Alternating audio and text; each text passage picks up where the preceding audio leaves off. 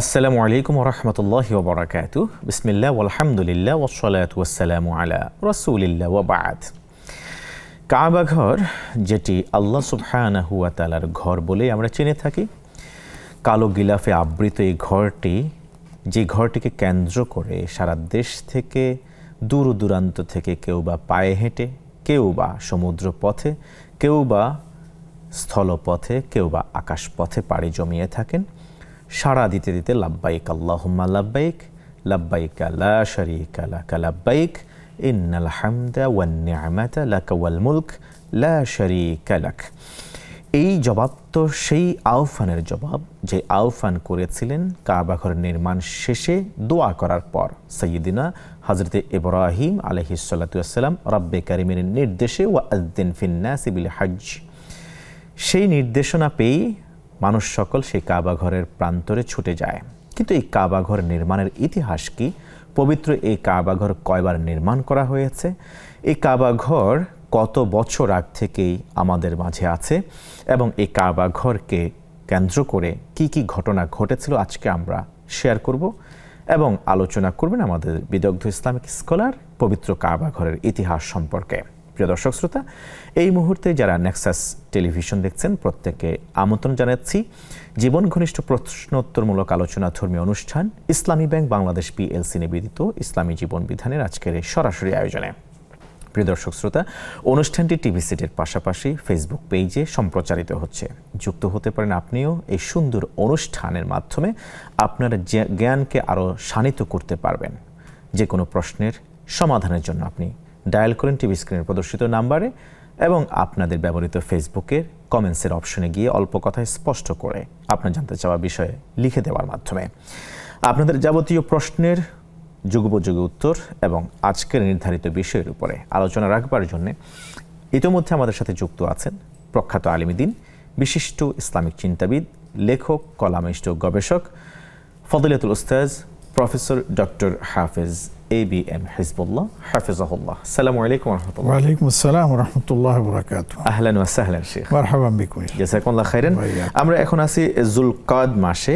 যুলকাদ মাসে, এই মাসে এই মুহূর্তে সম্মানিত হাজীগণ পৃথিবীর বিভিন্ন অঞ্চল থেকে সেই কালো ঘরকে কেন্দ্র করে আল্লাহ সুবহানাহু ওয়া তাআলা নির্দেশ পালন করবার জন্য একটি পবিত্র ফরজের জিম্মাদারি আদায় করবার জন্য তারা সেখানে ছুটে যাচ্ছেন। কিন্তু আমরা অনেকেই জানি না এই পবিত্র কাবা ঘরের ইতিপূর্বের ইতিহাস কি। একটু যদি সংক্ষেপে আপনি তুলে ধরতেন। আলহামদুলিল্লাহ ওয়াসসালাতু ওয়াসসালামু আলা রাসূলিল্লাহ ওয়া আলা আলিহি ওয়া আসহাবিহি ওয়া মান ওয়ালা, আম্মা বা'দ। আসলে কাবা শরীফের কথা যখন আসে তখন আমাদের সামনে আল্লাহর সেই ঘরের চিত্রটা ভেসে ওঠে। এই কাবা ঘরটি নির্মাণ কার্য পৃথিবীতে কখন হয়েছিল এ নিয়ে কিছু মত আছে, কিন্তু এই কাবা ঘরের ঠিক বরাবর আসমানে, জমিনের আসমানেও একটা ঘর আছে, সেটাকে বাইতুল মামুর বলা হয়। আরেকটা ঘর সপ্তম আসমানও আছে, সেটাকে বাইতুল ইজ্জত বলা হয়।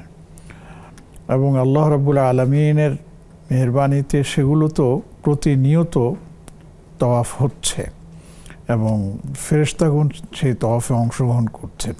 মজার ব্যাপার হলো যে আল্লাহ তার বান্দাদেরকে একবার নয় একাধিকবারও তাদের সুযোগ সময় মতো সামর্থ্য থাকা অবস্থায় তারা যদি কাবা চত্বরে গিয়ে কাবার তওয়াফ করেন সে অনুমতি দিয়ে রেখেছেন। তবে যাদের সামর্থ্য আছে তাদের জন্য ফরজ একবারই রেখেছেন, এরপরে যেগুলি হবে সেগুলি সব নফল হয়ে যাবে। এটা তো তার বান্দাদের জন্য একটা মহা সুসংবাদ। কিন্তু ফেরেশতাদের জন্য তারা আফটার কিয়ামত পর্যন্ত একবারের বেশি দ্বিতীয়বার তারা তওয়াফ করার সুযোগ পাবে না। এবং প্রতিবারই আল্লাহ রাব্বুল আলামিন ৭০,০০০ আপনার ফেরেশতাকে এই সুযোগ দিয়ে থাকেন। আমরা আরেকটা ইতিহাসে এখানে জানি যে যত নবী এসেছেন, রাসূল এসেছেন, আমরা দেখি বর্ণনায় যে সকল নবী কিন্তু এই বাইতুল্লাহ শরীফ তওয়াফ করেছেন। যে যেখানেই থেকেছেন আল্লাহ রাব্বুল আলামিন সুযোগ করে দিয়েছেন, এসে তারা সেখানে তওয়াফ করেছেন, বাইতুল্লাহ তওয়াফ করেছেন। এখন আসি নির্মাণ কাজ। এই নির্মাণ কাজের জন্য এই যে জায়গাটা নির্ধারণ করা হয়েছে বর্তমানে যেখানে বাইতুল্লাহ আছে, এটা কিন্তু পৃথিবীর কোনো ইঞ্জিনিয়ার নির্ধারণ করেন নাই, কোনো মানুষ এটা নির্ধারণ করেন নাই। এটা সরাসরি নির্ধারিত হয়েছে মহান রব্বুল আলামিনের পক্ষ থেকে। এই জন্য মজার তথ্য হলো, বিজ্ঞান আবিষ্কার করেছে এবং এটা নিশ্চিত করেছে, এই বাইতুল্লাহ শরীফ হচ্ছে পুরো বিশ্বের নাভির মতো। মানুষের যেমন নাভি আছে মিডল পয়েন্টে, সেন্টারে, ঠিক এই বাইতুল্লাহ শরীফও সেখানে আছে। পুরো জন্য, পৃথিবীর জন্য বাইতুল্লাহ শরীফের এই স্থানটি তার নাভির মতো। আরও তথ্য পেয়েছি পড়াশোনার মাধ্যমে যে এই যে স্যাটেলাইটের মাধ্যমে যে আপনার আমাদের বিভিন্ন ছবি তোলা হয় দেশ বিদেশ থেকে, যারা যাচ্ছে পাঠাচ্ছে রকেট বা এগুলো, তারা যে ছবিগুলো পাঠাচ্ছে তাদের সেই রিপোর্টের মধ্যে দেখা যায় যখনই তারা পৃথিবীকে কেন্দ্র করে কোনো ছবি তোলার চেষ্টা করেন তখন সহজেই এবং প্রথমেই বাইতুল্লাহ শরীফ ধরা পড়ে। এটা বড় আজই আমার কাছে লাগলো আর কি। যাই হোক, আমরা দোয়া করি আল্লাহ পাক এই উসিলে তাদেরকে ঈমান আনার তৌফিক দিয়ে দেন। আচ্ছা, এরপরে আসি যে ঠিক সেই বাইতুল ইজ্জত এবং বাইতুল মামুরকে সামনে রেখেই আপনার কিন্তু বাইতুল্লাহ নির্মিত হয়। এখন ইতিহাস বলে যে বাইতুল্লাহ সর্বপ্রথম পৃথিবীতে নির্মাণ করেছিলেন হযরত আদম আলাইহিস সালাম। আচ্ছা, এখানে একটা মজার তথ্য আছে। কোরআনে কারীমের মধ্যে সূরা আলে ইমরান ৪র্থ পারার প্রথম পৃষ্ঠাতে আছে এই বাইতুল্লাহ শরীফের মানে ইতিহাস। ইন্না আউওয়ালা বাইতিন ওয়াদিআ লিন-নাসি লাল্লাযী বিবাক্কাতা মুবারাকা ওয়া হুদাল লিল আলামিন। যে এই পৃথিবীর প্রথম ঘর যেটাকে রাখা হয়েছে, এখানে দেখেন নির্মাণ শব্দ ব্যবহার করা হয়নি, ওদিয়া শব্দটি ব্যবহার করা হয়েছে। ওদিয়া মানে হচ্ছে এক জায়গা থেকে তুলে এনে আরেক জায়গায় সেটাকে স্থাপন করা। বড় আজীব লাগছে এটা। তখন এখান থেকে মুফাসসিরিনরা বলেন এর থেকে বোঝা যায় এই বাইতুল্লাহ শরীফ পৃথিবী যেটা নির্মিত, এটা হচ্ছে সরাসরি আপনার বাইতুল্লাহ শরীফ যেটা আছে আপনার বাইতুল ইজ্জত এবং বাইতুল মামুর, ঠিক সেটাকে কেন্দ্র করেই কিন্তু এই বাইতুল্লাহ শরীফ হচ্ছে। আরও মজার তথ্য দেই, সেটা হলো যে হযরত ইব্রাহিম আলাইহিস সালামটা তৈরি করেছেন, এরপরে নূহ আলাইহিস সালামের তুফানে সেটা ডুবে গেছেন এবং সেটা সেখানে আপনার মাটি চাপা পড়ে গেছেন। এরপরে ইতিহাস হলো নূহ আলাইহিস সালামের পরে ইব্রাহিম আলাইহিস সালামের ইতিহাস। ইব্রাহিম আলাইহিস সালামের জন্ম হয়েছে বর্তমান কি জানি বলে এই যে ব্যাবিলন শহরে, ইরাকে। জি, সেখান থেকে তিনি দাওয়াতি কার্যক্রম করে নমরুদের সাথে আপনার মানে মুজাহাদা করে সেখান থেকে আল্লাহর নির্দেশেই তিনি বেরিয়ে পড়লেন এবং কোরআনে কারীমে সূরা সাফফাতের মধ্যে আল্লাহ তিনি বলেছেন যে আমি এই ঘর ছেড়ে মানে এই এলাকা ছেড়ে আমি ওয়াকালা ইন্নী যাহিবুন ইলা রাব্বি সায়াহদিন, আমি আমার রবের দিকে প্রত্যাবর্তন করছি, তিনি আমাকে সরল পথ এবং সঠিক পথ দেখিয়ে দিবেন। এখন প্রশ্ন হলো এখান থেকে তিনি যে রওনা করলেন, এই যে হিজরত বলে এটাকে, ইসলামের প্রথম হিজরত ছিল ইব্রাহিম আলাইহিস সালামের হিজরত। তিনি সেখান থেকে বের হয়ে আপনার মিশর হয়ে এই ফিলিস্তিনে এসে তিনি আপনার অবস্থান নেন। এবং মজার ব্যাপার হচ্ছে যে এই সময়ে তার দুইজন সন্তানের মধ্যে প্রথম সন্তান তার পৃথিবীতে এসেছে এবং তার নাম হচ্ছে হযরত ইসমাঈল আলাইহিস সালাম। আরও মজার তথ্য হলো যে হযরত ইসমাঈল আলাইহিস সালামের আম্মাজানের নাম হচ্ছে হাজার, আমরা যাকে হাজারা বলে থাকি। এবং এই হাজার কিন্তু ছিলেন এই মিশরের কি যেন বাদশার কি দাসী। তো এই মিশরের বাদশাহ হযরতে এই সারা রাদিয়াল্লাহু আলাইহিস সালাম, হযরত ইব্রাহিম আলাইহিস সালামের প্রথম স্ত্রী, যে তাকে তিনি আটক করেছিলেন তার মানে জন্য কুপ্রবৃত্তি করার জন্য। তিনবারই সে ফেল হয় এবং বুঝতে পারে যে এই মহিলা খুব যেমনতম মহিলা নয়। তখন তিনি তার জন্য হাজরা আলাইহিস সালামকে সারা তার আপন যে দাসী ছিল তাকে হাদিয়া হিসাবে পেশ করে। তখন হযরত সারা আলাইহিস সালাম আবার এই হাজরা আলাইহিস সালামকে হযরত ইব্রাহিম আলাইহিস সালামের খিদমতে তাকে ওয়াকফ করে দেন। তখন হযরত ইব্রাহিম আলাইহিস সালামের আপনার মানে সান্নিধ্য পেয়ে হযরত ইসমাঈল আলাইহিস সালাম এই দুনিয়াতে আসে। আমরা এই দুনিয়ায় আসার পরে কিভাবে সেই ফিলিস্তিন থেকে আবার সেই কাবার চত্বরে সেখানে গিয়েছিলেন এবং কোরআনে যে আয়াত প্রতিধ্বনিত হয়েছে ইন্নী আসকানতু মিন যুররিয়াতি বিওয়াদিন গায়রি যারইন ইনদা বাইতিকাল মুহাররাম, আমরা এই ইতিহাস ইনশাআল্লাহ জানব পরবর্তীতে। শেখ, দর্শককে যুক্ত করে নিচ্ছি। আসসালামু আলাইকুম ওয়া রাহমাতুল্লাহ। দর্শক পরিচয় দিয়ে প্রশ্ন করুন। ওয়ালাইকুম আসসালাম ওয়া রাহমাতুল্লাহি ওয়া বারাকাতুহু। হুজুর, আমি জানাপাটি থেকে আলমিন বলতেছি। প্রশ্ন। জি, আমার দুইটা প্রশ্ন। প্রথম প্রশ্ন হলো, আমার স্বামী মারা গেছে, তো বাসার পাশে এতিমখানা আছে, মাদ্রাসা। আমি ওই ছেলেদের একটু খাওয়াতে চাই এবং ওরা কিছু আত্মীয় স্বজন খাওয়াতে চাই হুজুর দিয়া, এবং ওদের নিয়ে একটু দোয়া করাইতে চাই। এটা কি ইসলাম শরীয়তে জায়েজ আছে কিনা? স্বামী মারা গেছে কতদিন আগে? 6 বছর আগে।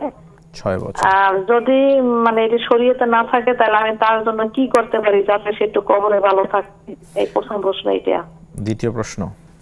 জি, দ্বিতীয় প্রশ্ন হলো, মেয়েদের যখন বিয়ে হয় তখন সাথে সাথেই বলে নাকফুলটাই আগে দেয়, এবং মারা যখন যায় স্বামী তখন নাকফুল সাথে সাথে খুলে ফেলে। এখন আমার প্রশ্ন হলো, এই নাকফুলের সাথে বিয়ের এবং স্বামীর কি সম্পর্ক শরীয়ত মতে, কি একটু বলবেন? ধন্যবাদ। দুটি প্রশ্ন আমরা পেয়েছি। আসসালামু আলাইকুম ওয়া রাহমাতুল্লাহ। আরেকজন দর্শককে যুক্ত করে নিচ্ছি। দর্শককে কোত্থেকে পরিচয় দিয়ে প্রশ্ন করুন। ওয়ালাইকুম আসসালাম ওয়া রাহমাতুল্লাহি ওয়া বারাকাতুহু। আমি মৃত্তিকা মনি বলছিলাম বাড়িঘর থেকে। প্রশ্ন। স্যার, আমার দুটো কোয়েশ্চেন আছে। ফার্স্ট কোয়েশ্চেন হচ্ছে যে, আমার কাছে কারো যদি কোনো আমানত থাকে আর বাই এনি চান্স সেটা যদি কোনোভাবে নষ্ট হয়ে যায়, এটা আমি আবার রিপেয়ারও করে দিই, তাহলে এই কথাটা তাকে আর বলার কি কোনো প্রয়োজন আছে? দ্বিতীয় প্রশ্ন।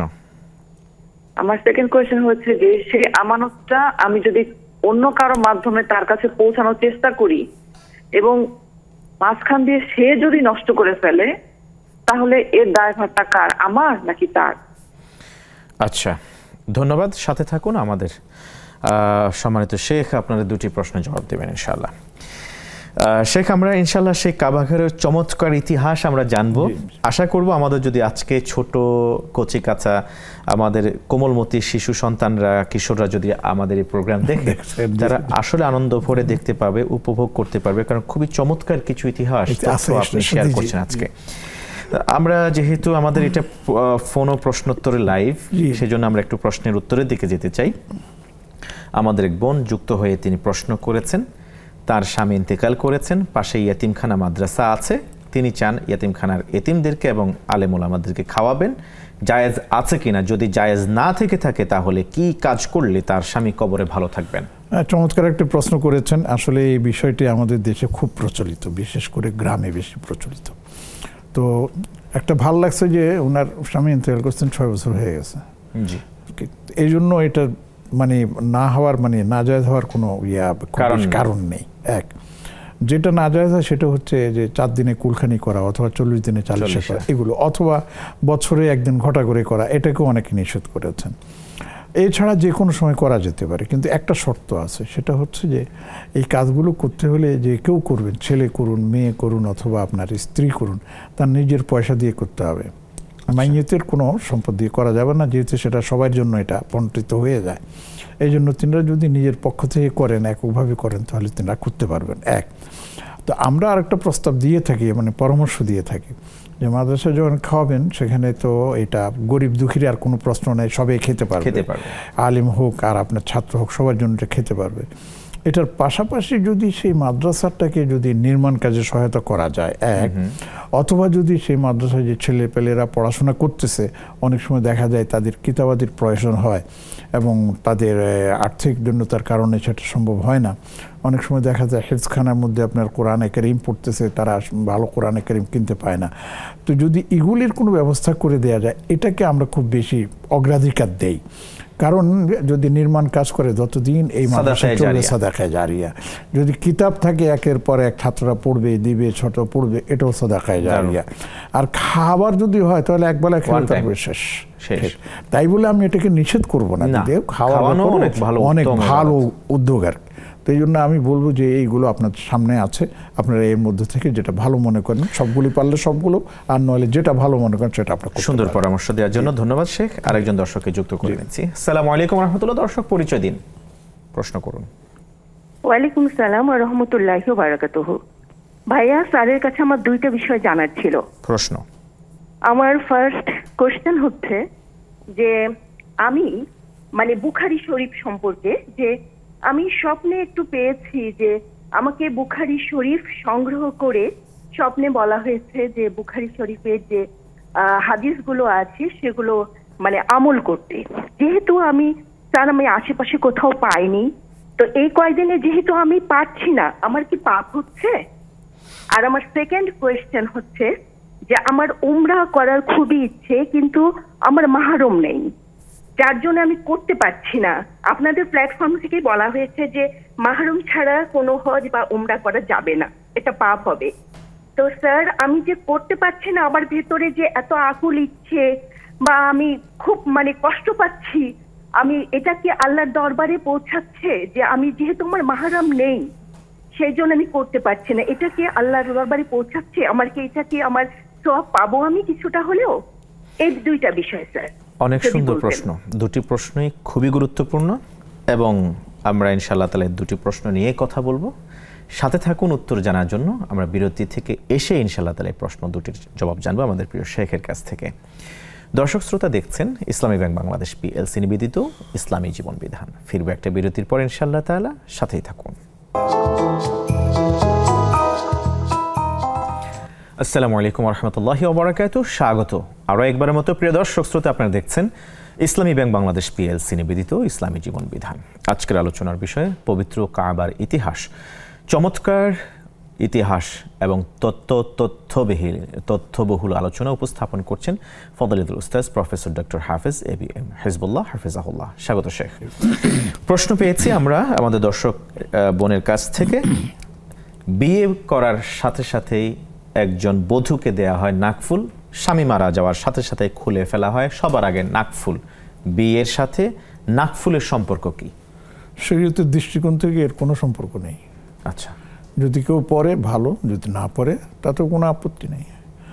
যদি কেউ নাকফুল গিফট করে বা শাশুড়ি দেয় বা নিজে কিনে পরেন, কোনো অসুবিধা নেই। আবার যদি স্বামী মারা যায় তাহলে শোক পালনের জন্য যদি খুলে ফেলে তাতেও কোনো আপত্তি নেই, আর যদি রেখে দেয় তাতেও কোনো আপত্তি নেই। দুটোই আছে। কিন্তু আমাদের দেশে যেটা করা হয় এটা আসলে একটা, আমি বলবো যে কুসংস্কারের মধ্যে পড়ে গেছে, যে এটা একবার জোর করে একবার টেনে টুনে খেলে দিয়ে তাকে একবারে মধ্যে বসায় রাখে, এটা ঠিক না। বরঞ্চ শোক পালন করবেন শোকের মতো করে। আচ্ছা, ধন্যবাদ। আমাদের বোন মৃত্তিকামণি বাড়িধারা থেকে জানতে চেয়েছেন আমানত সংশ্লিষ্ট বিষয়ে দুটি প্রশ্ন।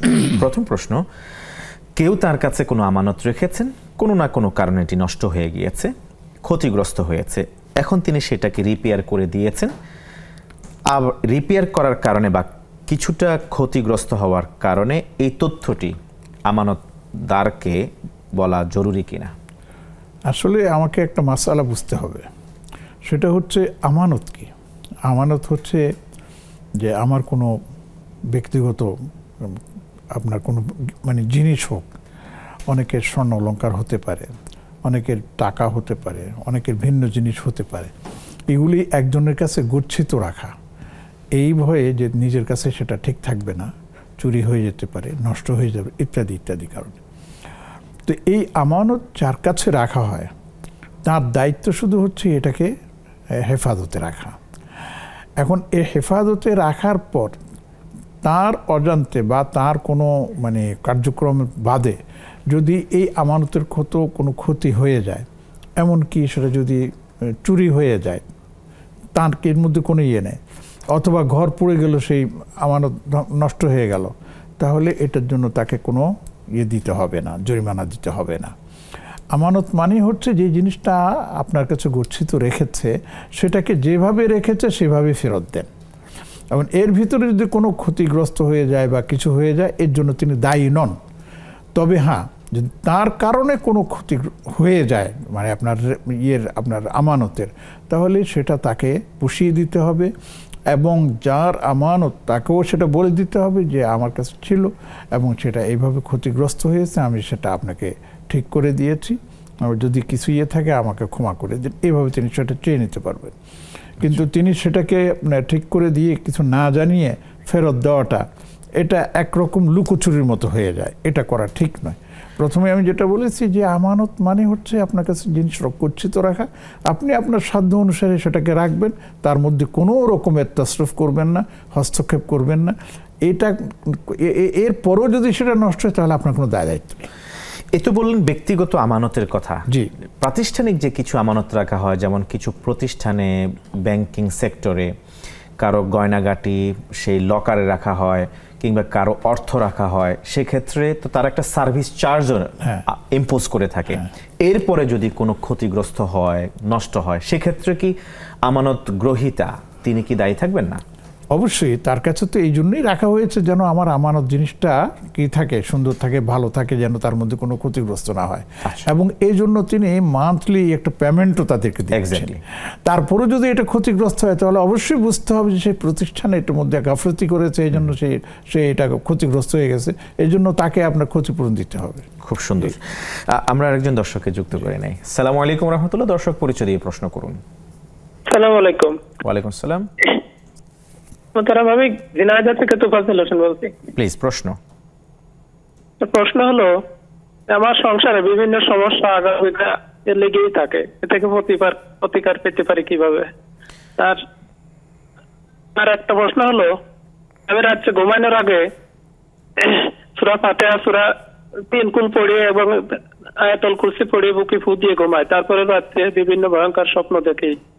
আচ্ছা।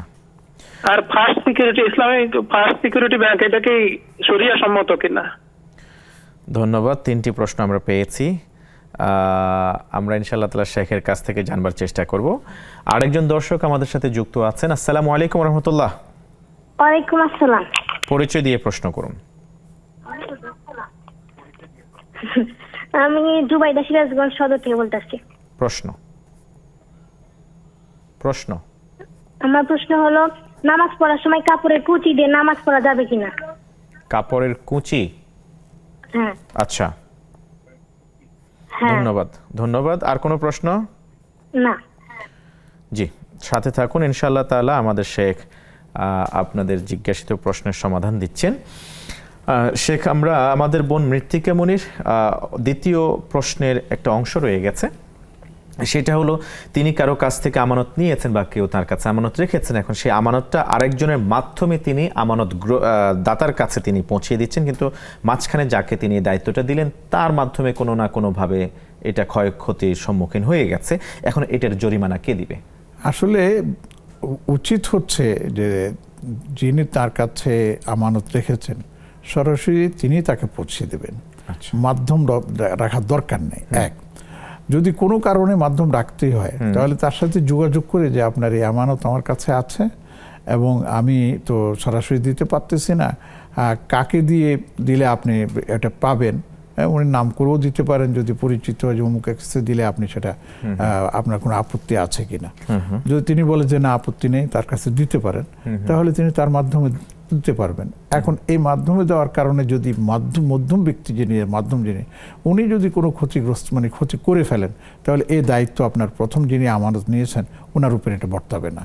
এটা যেহেতু তার সম্মতি নিয়ে তাকে দেওয়া হয়েছে। সুন্দর। আমাদের আরেকজন দর্শক, আমাদের বোন জানতে চেয়েছেন, স্বপ্নে দেখেছেন বুখারী শরীফের হাদিসগুলির উপর আমল করবার নির্দেশনা পেয়েছেন।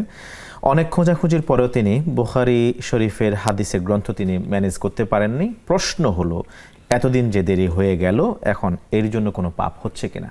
আমি প্রথমে বলবো, চমৎকার একটি স্বপ্ন দেখেছেন তিনি। তো যেই স্বপ্ন দেখেছেন এর অর্থ এই না যে তিনি নিজে হাদিস পড়বেন এবং সেটার উপর আমল করবেন, এত সহজ না। বিষয়টা কিন্তু খুবই জটিল। তা আমি যেটা বুঝি, উনার এই স্বপ্নের তাবির ব্যাখ্যা আমরা করি না, তারপরেও এখানে বলবো যেহেতু হাদিস শরীফ বুখারী শরীফের সম্পর্কিত, এই জন্য আমি বলবো তাকে ইঙ্গিত করা হয়েছে যে তিনি যেন সুন্নাহর উপর আমল করার চেষ্টা করেন। এবং সেজন্য তিনি বুখারী শরীফ শুধু কেন, হাদিস সহিহ হলে আলেমদের শরণাপন্ন হয়ে তাদের থেকে ব্যাখ্যা বিশ্লেষণ নিয়ে তারপর তিনি আমল করবেন। কেননা বুখারী শরীফের মধ্যে এমন কিছু হাদিস পাওয়া যায় যেটার মধ্যে আপনার এই বিভিন্ন ধরনের মতামত আছে, উনি কোনটার উপর আমল করবেন। তো কাজেই এই ক্ষেত্রে নিজে না করার জন্য আমি বিনীতভাবে আমাদের প্রিয় দর্শককে আমি পরামর্শ দিব যে আপনি হাদিস পড়ুন, হাদিস জানুন, চেষ্টা করুন, কিন্তু নিজে নয়, বরঞ্চ কোনো আলেমের শরণাপন্ন হয়ে তার থেকে এটার কি জানি বলে আপনার এই ব্যাখ্যা বিশ্লেষণ জেনে আমল করলে সবচেয়ে ভালো হয়।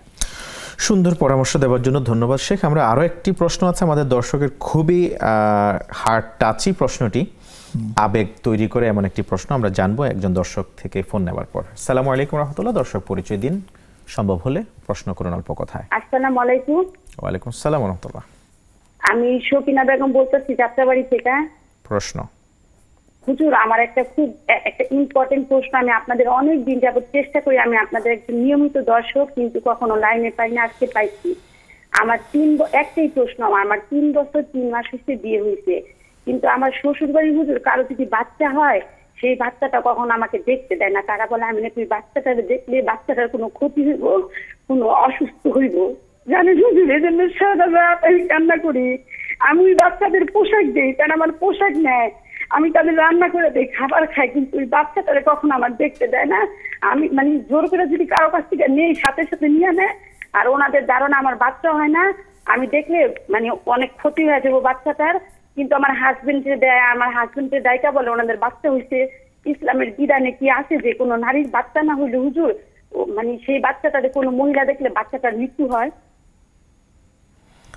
আমরা ব্যথিত এবং সত্যি আমরা অবাক হয়েছি যে আমাদের বাংলাদেশে এত আলেম ওলামার আনাগোনা এই দেশে, শাহজালাল, শাহপরান, শাহ মাখদুম, নিয়াজ মাখদুম, খত্তানি হুজুর সহ ওনাদের এই সুন্দর সবুজ শ্যামলের এই দেশে এখনো পর্যন্ত এরকম কুসংস্কারগুলি আছে। আমরা সত্যি সত্যি আমরা অবাক হচ্ছি। আমরা আমাদের শেখের কাছ থেকে জানবো বিস্তারিত ইনশাআল্লাহ। আপনি সাথে থাকুন, আমার একটা নেককার সন্তান হয় ইনশাআল্লাহ। আপনাকে শেখ আমার মনে অনেক কষ্ট হুজুর, শুধু একটা সন্তান হয় না, আমার একটা সন্তান হইলে মানে কোনোদিন আমার দেখতে দেন, আমি দেখতে নাকি সেই সন্তানের ক্ষতি হইব। আল্লাহর কাছে সাহায্য চান, আল্লাহ তাআলা সাহায্য করবেন, ধৈর্য ধরুন ইনশাআল্লাহ তাআলা। আমরা আমাদের শেখের কাছ থেকে কিছু পরামর্শ আপনার কাছে আমল হিসেবে তুলে ধরবার চেষ্টা করব ইনশাআল্লাহ। অনুষ্ঠানটির সাথে থাকুন ইনশাআল্লাহ তাআলা। প্রিয় দর্শক শ্রোতা, আপনারা দেখছেন ইসলামী ব্যাংক বাংলাদেশ পিএলসি নিবেদিত ইসলামী জীবন বিধান। ফিরবো ইনশাআল্লাহ তাআলা আপনাদের জিজ্ঞাসিত প্রশ্নের সব সমাধান নিয়ে, সাথেই থাকুন।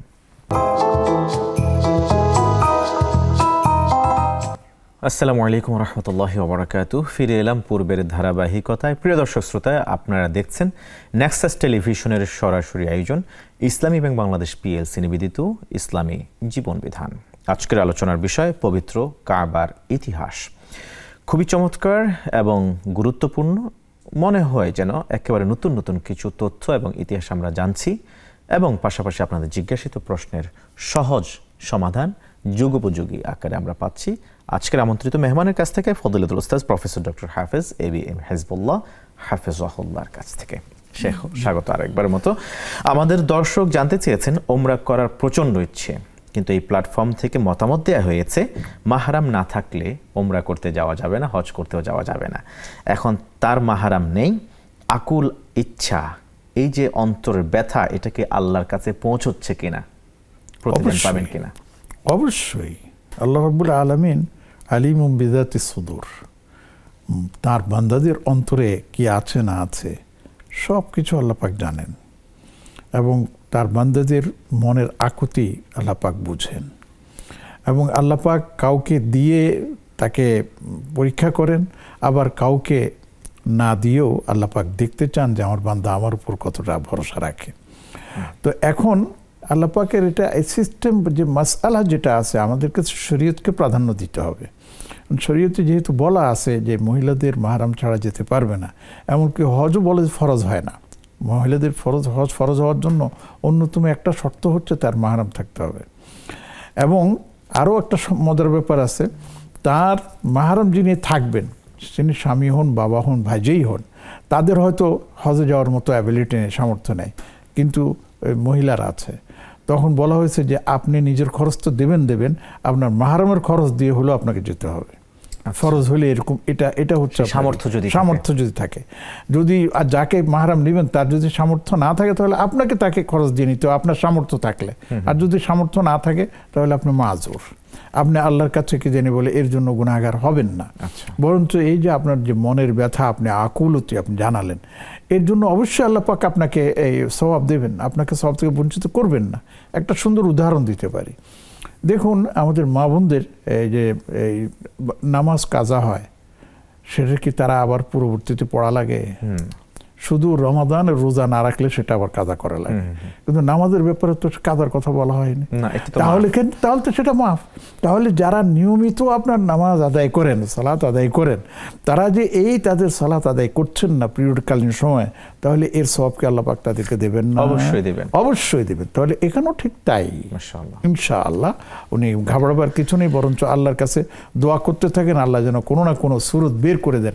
মাহরাম যে একেবারেই নাই আমি জানি না, হতে মাহরামের সাথে রিলেটেড থাকে যে মাহরাম হয়, তাহলে এরকম আল্লাহ পাক কোনো ব্যবস্থা করেও দিতে পারেন। আল্লাহ কবুল করুন। জি।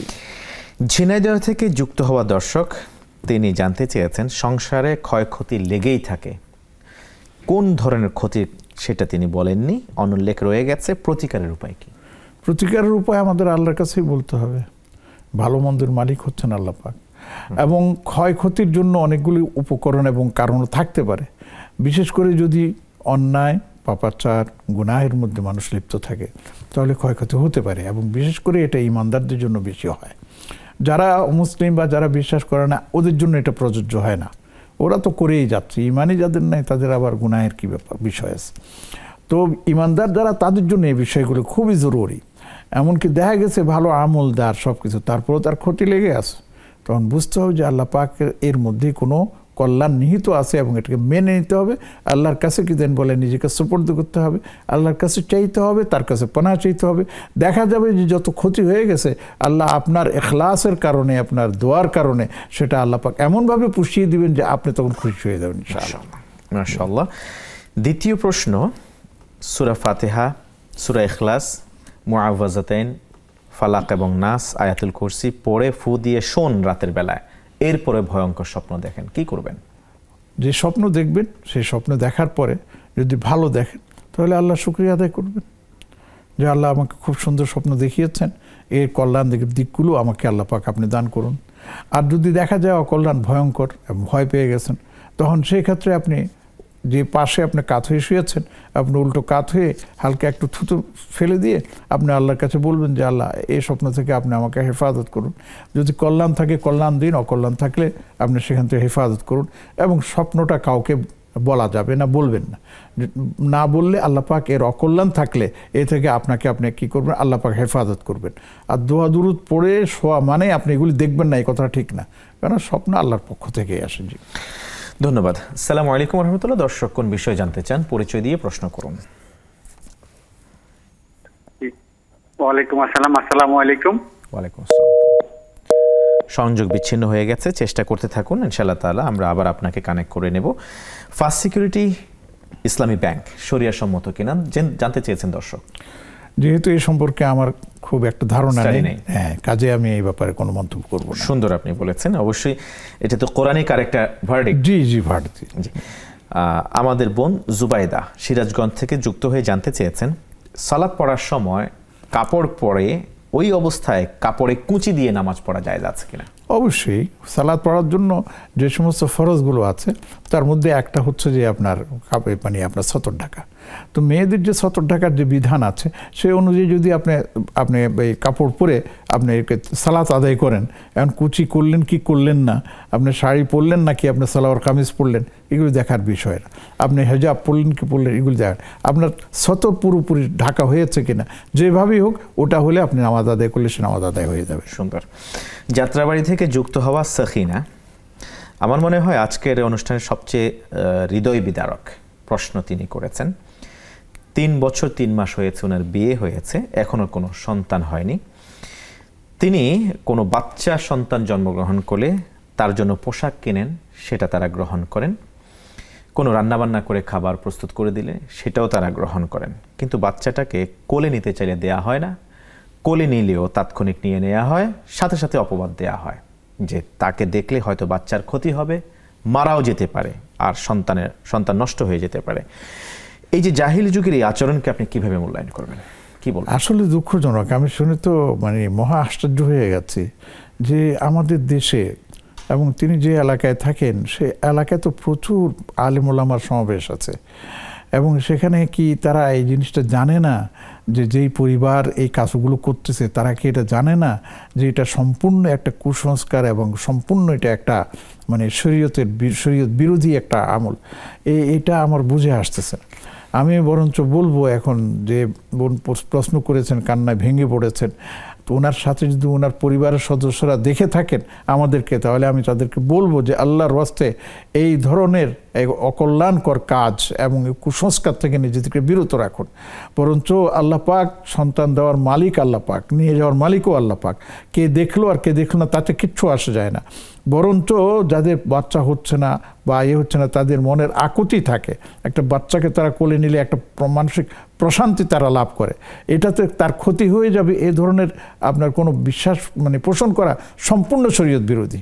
এই জন্য আমি তাদেরকে বলবো যে তারা দয়া করে কোনো ভালো ওস্তাদজি এবং ভালো আলেমের শরণাপন্ন হয়ে তাদের থেকে পরামর্শ নিন। কেন খামাখা একজন লোককে আপনি কষ্ট দিয়ে তার দিলকে আপনি মানে দুঃসহ যন্ত্রণায় আপনি ব্যতীত করছেন?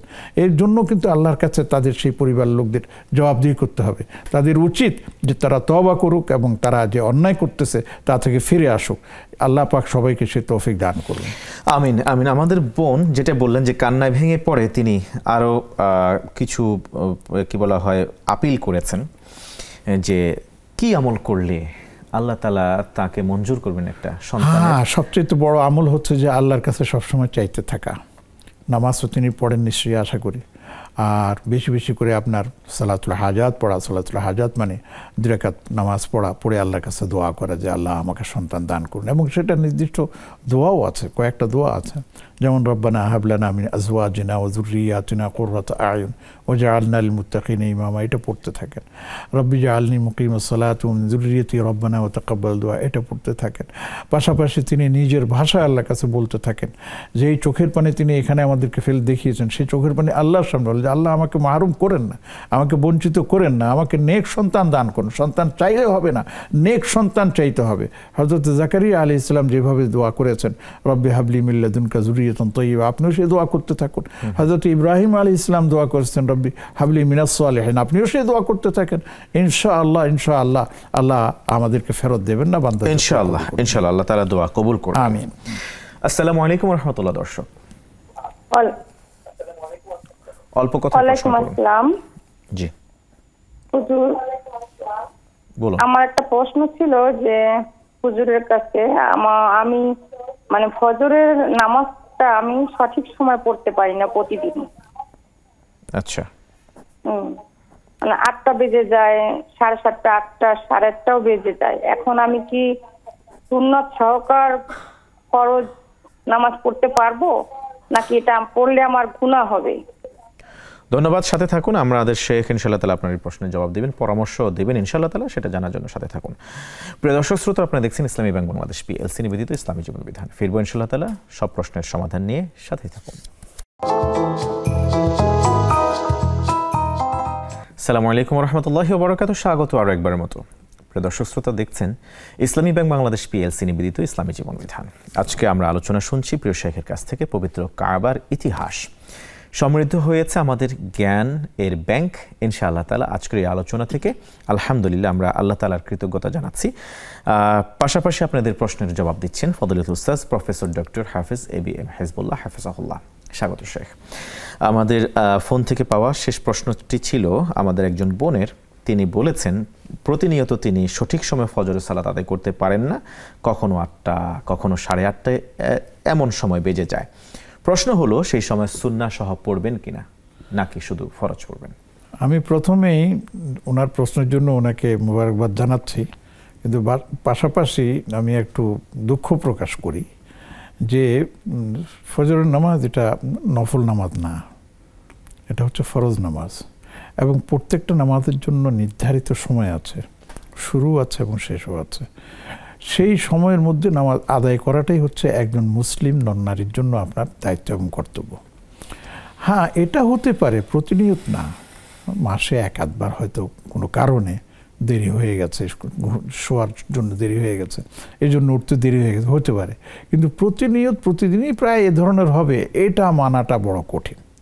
এই জন্য আমি তাকে মানে পরামর্শ দেব, না, আপনি রাত প্রয়োজনে আগে আগে ঘুমিয়ে যান, আপনি প্রয়োজনে অন্যান্য কাজকে সংক্ষিপ্ত করে নিয়ে আসুন, সেই কাজগুলো সকালে করুন, তাহলে আপনি বরকত পাবেন আরও অনেক বেশি, এবং নির্ধারিত সময়ের ভিতরেই ফজরের নামাজ আদায় করার চেষ্টা করুন। তবে কোনো কারণে যদি দেরি হয়ে যায়, 7টা 7:30 বেজে গেল, সূর্য উঠে গেল, তখন সেই ফজরের নামাজ যদি আপনাকে পড়তে হয়, তখন সুন্নত পড়ে, 2 সুন্নতও পড়ে তারপর এটা পড়তে হবে। হ্যাঁ, জোহর হয়ে গেলে তখন আর সুন্নত লাগবে না, এর আগে হলে শুধু ফরজ পড়বে। সুন্দর জবাব দিলেন শেখ, জাযাকাল্লাহ খাইরান। আমরা দর্শকদেরকে জানান দিতে চাই যারা ফেসবুকের মাধ্যমে যুক্ত হয়ে আমাদেরকে প্রশ্ন করেছেন, এবার এক এক করে আমরা আপনাদের প্রশ্নের জবাব দেওয়ার চেষ্টা করছি আমাদের শেখের মাধ্যমে। সাব্বির হোসেন আইডি থেকে তিনি লিখেছেন, রব্বানা লাকাল হামদ নাকি রব্বানা ওয়ালাকাল হামদ, কোনটি সঠিক রুকুর মধ্যে?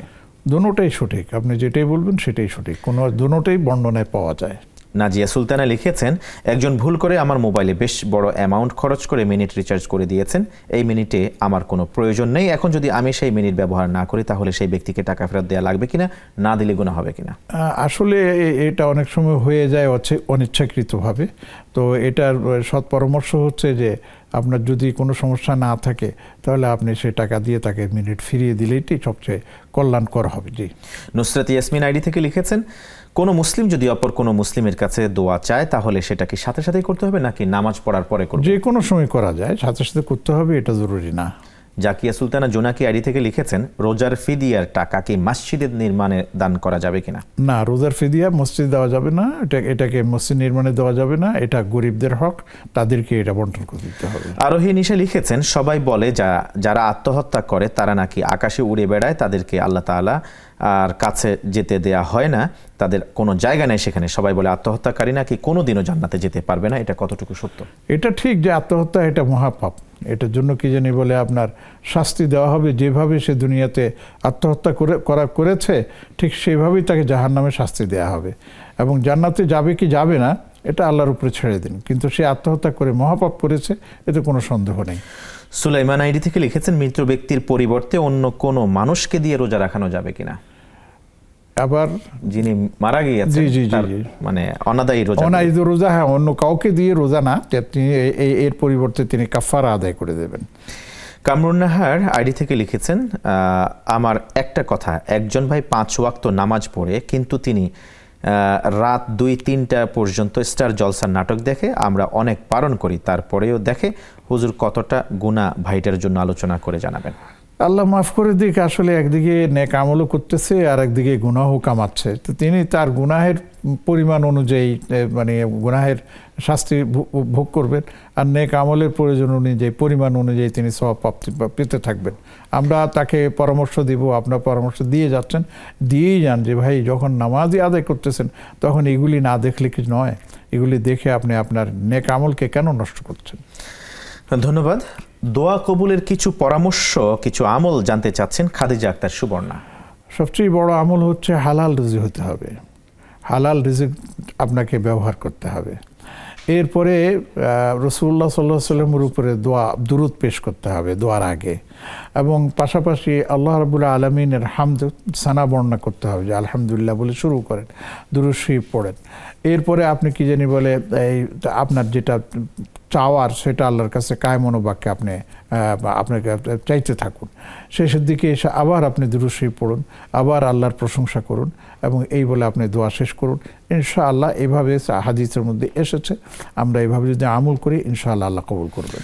অনেক অনেক ধন্যবাদ ও মোবারকবাদ জানাচ্ছি শেখ, খুবই গুরুত্বপূর্ণ সময় দিয়েছেন, অত্যন্ত গুরুত্বপূর্ণ নসিহা করেছেন। কাবাঘরের ইতিহাস চমৎকার ছিল আজকের আলোচনাটি, জাযাকুমুল্লাহ খাইরান। আমিও আপনাদের সবাইকে আন্তরিকভাবে আল্লাহর কাছে এটা আপনাদের মঙ্গল কামনা করছি। জাযাকুমুল্লাহ খাইরান।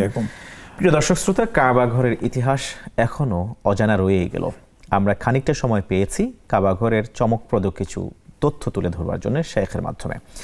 ইনশাআল্লাহ তাআলা অন্য কোনো এক পর্বে আমরা কাবাঘরের বাকি ইতিহাস নিয়ে কথা বলব, কিভাবে হযরতে ইব্রাহিম আলাইহিস সালাম ফিলিস্তিন থেকে আবার মক্কাতুল মুকাররমায় কাবার প্রান্তরে গিয়েছেন এবং কাবাঘর কিভাবে নির্মাণ করেছেন, এরপর হজের জন্য কিভাবে ডেকেছেন, কোথায় উঠে ডেকেছিলেন, কিভাবে মানুষের কর্ণকুহরে পৌঁছেছে, কিভাবে মানুষদের জন্য হজ আল্লাহ তাআলা মঞ্জুর করেছেন, হজ্জে বাইতুল্লাহ, এই সব বিষয় ইনশাআল্লাহ তাআলা অন্য কোনো এক এপিসোডে আমরা জানার এবং জানানোর চেষ্টা করব। জাযাকুমুল্লাহ খাইরান আমাদের সাথে থাকার জন্য। এই কথা বলে এবং দোয়া করে আল্লাহ তাআলার কাছে আল্লাহ তাআলা যেন প্রত্যেক হাজির হজ্জে মাবরুর নসিব করেন, এই প্রত্যাশায় ইসলামী ব্যাংক বাংলাদেশ পিএলসি নিবেদিত ইসলামী জীবন বিধান অনুষ্ঠান থেকে আজকের মতো এখানে বিদায় নিচ্ছি। আসসালামু আলাইকুম ওয়া রাহমাতুল্লাহি ওয়া বারাকাতুহু।